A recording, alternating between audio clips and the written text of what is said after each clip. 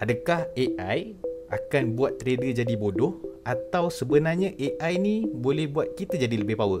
Sebenarnya guys, pada aku lah, AI ni ada banyak kelebihan dalam trading. Yang pertama, dia sebenarnya boleh proses data dengan sangat-sangat pantas dan detect pattern yang mana manusia mungkin terlepas pandang lah. Yang kedua, AI ni bagusnya sebab dia tak ada emosi.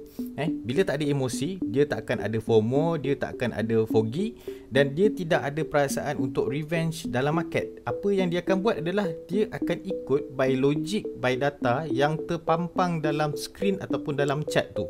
Yang ketiga, dengan AI ni, AI dia boleh belajar daripada kesilapan yang lama dan dia boleh perbaiki untuk futures ataupun masa depan. Sebab tu ramai orang anggap AI adalah masa depan dalam trading. Sebab apa? Dia cepat, tepat dan juga efisien.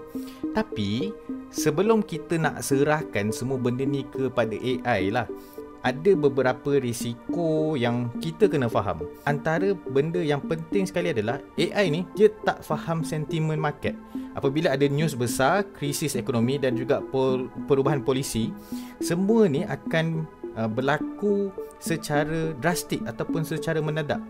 So bila benda ni berlaku secara mendadak, AI tak boleh nak interpret sama macam mana manusia interpret, kan? Dan satu lagi masalah, AI yang dilatih menggunakan data lama mungkin akan struggle apabila dia kena face satu behavior baru ataupun satu pasaran yang baru.